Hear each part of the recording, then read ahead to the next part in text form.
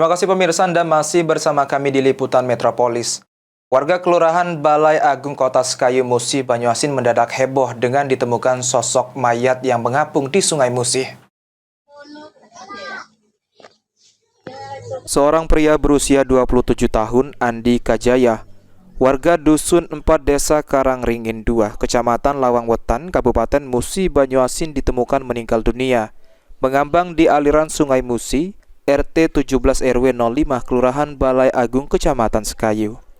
Menurut Kapolsek Sekayu, korban ditemukan pada hari Kamis 16 Januari 2025 sekitar pukul 20.30 waktu Indonesia Barat dan langsung dievakuasi ke RSUD Sekayu untuk dilakukan identifikasi.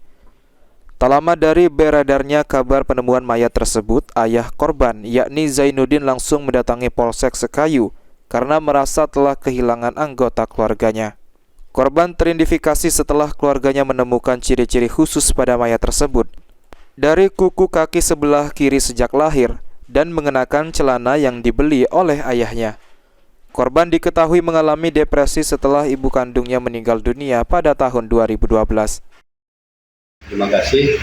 Dapat dijelaskan bahwasanya penemuan mayat di pinggir Sungai Musi, tepatnya Desa Balai Agung, Kecamatan Sekayu, Kabupaten Muba.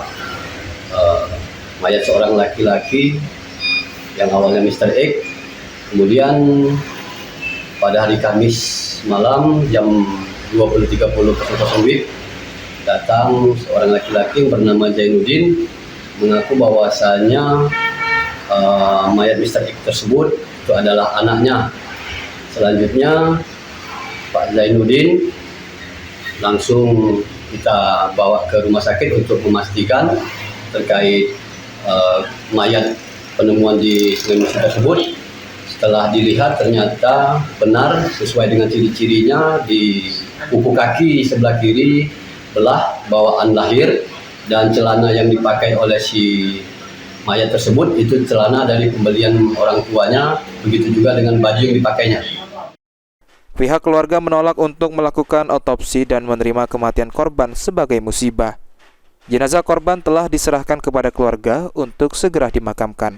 Ruzi Iskandar, PAL TV.